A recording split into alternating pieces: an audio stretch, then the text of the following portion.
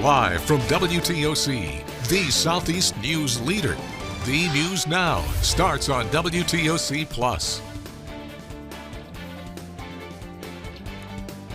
Thanks for joining us here for the news on WTOC Plus. I'm digital anchor Jude Binkley. We do start with a traffic alert out of Liberty County. Let me pull up GA 511 right now. A crash has closed both lanes, both eastbound and westbound lanes of Highway 84 at Holmestown Road, just outside of Hinesville. You can see where that's at, coming just off of through where Highway 38 comes into Highway 84, I should be saying. We do have a traffic camera right next to it. It appears to not be working right now, though, but still wanted to give you a general idea of where that crash is. There you go. You can see some of this live right now. The Liberty County Sheriff's Office is asking drivers to find an alternate route until the area and the roadway are closed. Again, in relationship to Hinesville, this is where the crash is, just southeast of Fort Stewart in Liberty County. Turning now to your top headlines for the day. The tax credits to help reduce the cost of health care for millions of Americans have officially expired.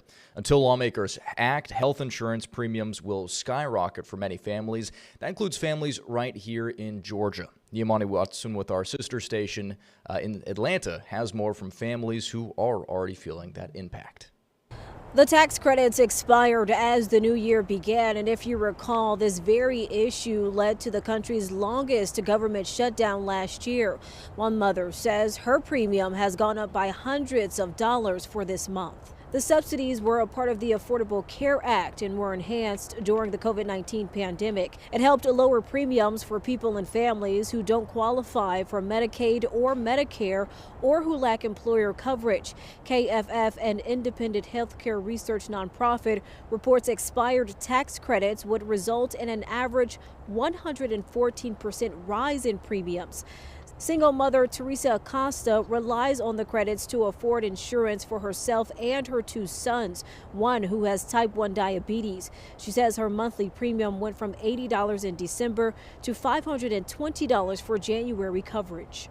I was left with $74 3 days before Christmas, and I didn't sleep all night. I tossed and turned, cried, panicked, had hyperventilations. This month, the House is expected to vote on a bill that could extend those tax credits by 3 years. Reporting in downtown Atlanta, I'm Niamani Watson, Atlanta News First. And as you just heard there a little bit, lawmakers do face another hurdle when they return, passing a full budget. You remember last year the government did shut down for the longest period in American history. Lawmakers were only able to agree on a temporary spending plan, and now another possible shutdown is looming. They have until January 30th to strike a deal. Congress is set to reconvene on Monday, January 3rd. You'll also remember the shutdown was all over healthcare costs as well. And as lawmakers reconvene on Monday, Georgia Representative Marjorie Taylor Greene will not be among them, as Monday marks her final day as a state representative. Greene announced back in November she'll be resigning from her District 14 seat effective Monday, January 5th. The Congresswoman says she stepped down to avoid a hurtful primary. President Donald Trump said he would have backed a challenger against her. Well, we have some reminders this morning. The new year brings new laws for Georgia families impacting your home as well as your money. First off, the state income tax will once again drop. It's falling from 5.19% to 5.9%. That's part of a plan to get it under 5% by 2027. And if you own a home, a new law could help if it's damaged by a natural disaster. Georgians are now allowed to open a catastrophe savings account. One of the bill's sponsors says it allows homeowners to pay for the cost of repairs not covered by insurance. And to feel comfortable going with a higher deductible on their homeowner's insurance to get that homeowner's insurance premium down. And speaking of insurance, companies are now required to give policyholders a 60-day notice before any policies are terminated, instead of the 30 days that were previously in place.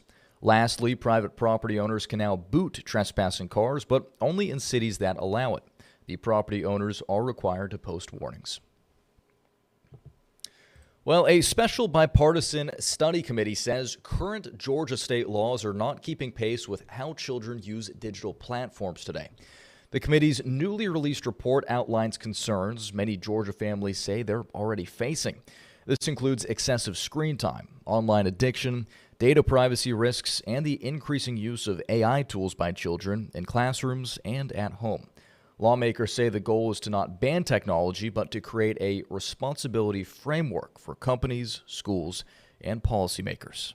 At a critical point where we can either turn this around or honestly, it's getting ready to get worse. And we're going to be going into battle with these giant multi-billion, trillion-dollar corporations. The committee's report does not change law on its own. Instead, it serves as a roadmap, essentially, for any legislation lawmakers may ultimately want to pass. Lawmakers do meet again later this month, and any proposals will still face debate as well as public testimony. Moving now to South Carolina, it won't be long before South Carolina lawmakers head back to Columbia for a new legislative session. There are already 258 pre-filed bills in the House, as well as 69 pre-filed bills in the Senate. And looking through those pre-filed bills, you'll see quite a few proposals that fall in what's being called the cultural war category. A ban on diversity, equity, inclusion, or DEI efforts. There's a bill to mandate that all public school restrooms and facilities designated for a specific sex can only be used for members of that sex.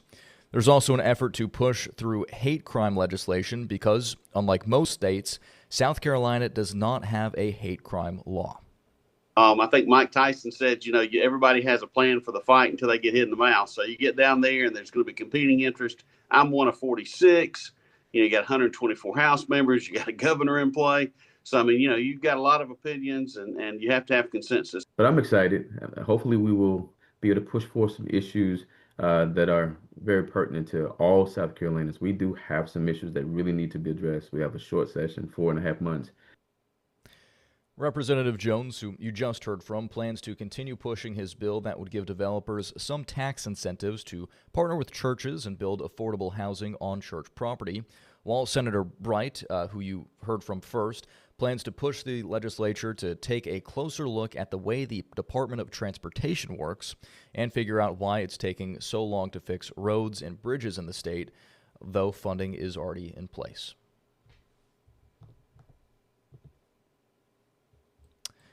Well, for the first time in more than 30 years, the U.S. has surpassed, had the wrong graphics queued up right there. I apologize. For the first time in more than 20 years, the U.S. has surpassed more than 2,000 measles cases. That's according to new data from the CDC. The last time more than 2,000 cases were reported in 1 year was back in 1992. Ongoing outbreaks, including the one in South Carolina, continue to add dozens of cases each week. Measles has been considered eliminated in the U.S. since 2000. However, the country is at risk of losing that status if cases continue to grow through late January.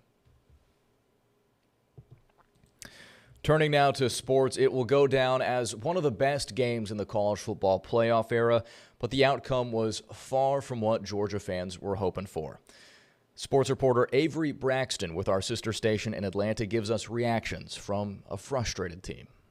Turns out it is, in fact, hard to beat a team a second time. Ole Miss upsets Georgia 39-34 in the postseason rematch. A season that had 12 wins and an SEC championship ends in a quarterfinal upset after a bye and bitter disappointment. You just gotta take it like a man. And as a man, you're gonna win some, you're gonna lose some. But it's just how you respond. You just feel bad for the seniors and things like that because it's their last ride. But you just gotta take it like a man. Hard for our team. We had a lot of camaraderie with the locker room and guys in the team. We all fought for each other and things like that. And we had a pretty good season, man. We have a season to be proud of, even though we didn't get the outcome that we wanted. But just ready to get back to work. They made more plays than we did. And I got to be honest, that's part of football. They made more and out-executed us, out-coached us, outplayed us. But I enjoyed that game and that atmosphere. I am proud of our team. I'm sick that we lost, And there's things I would love to go back and do differently, but I just so proud of the way our guys competed when down 10. Georgia becomes the third team in 2025 to have the first round bye and then fall in a quarterfinal upset.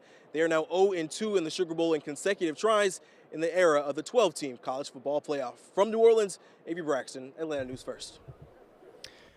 Yeah, if you would have told anyone at the beginning of the season that the semifinal would be Indiana, Ole Miss, Oregon, and Miami, or the Final Four, I don't think anyone would have believed you. It's been a wild college football playoff the last couple of weeks. All right, well, in lighter news, in January, copyrights for hundreds of songs, movies, books, and characters expire. This happens every year on January 1st, and Doug Reardon with our sister station shares what's now in the public domain and explains what exactly that means for the creative works. Georgia, Georgia. An old sweet song enters the public domain this year. No, not the 1960 version sung by Ray Charles that was adopted by Georgia as its official state song in 1979. That is still under copyright, but its 1930 predecessor is now fair game for use, along with a slew of other classic works. It is totally fair game. Doug Weinstein is an Atlanta-based intellectual property attorney. Copyrights and patents are actually among the few areas of law dictated by the U.S. Constitution. And once that 95-year copyright term expires on a work, and then the public can do things with it. They can do promotions, commercials. They can do things that would be highly offensive to the original author. But that's okay. The author got their cut, and now it's out in the public. Anyone can do anything they want to with it. The Library of Congress keeps track of what enters the public domain each year. So what went in as 2025 came to an end? 9 new Mickey Mouse cartoons and classic cartoon character Betty Boop, as well as Blondie and Dagwood from the nostalgic comic strip, are now all fair game. In literature, works by American author and poet William Faulkner, including his most acclaimed title, As I Lay Dying, is now public. So are a number of titles by Agatha Christie, and the first of 4 Nancy Drew mysteries, authored by Mildred Benson under the pen name Carolyn Keene. On the big screen, 1930 Oscar Best Picture winner All Quiet on the Western Front is in the public domain, and so are some new titles featuring the Marx Brothers. Doug Reardon, Atlanta News First.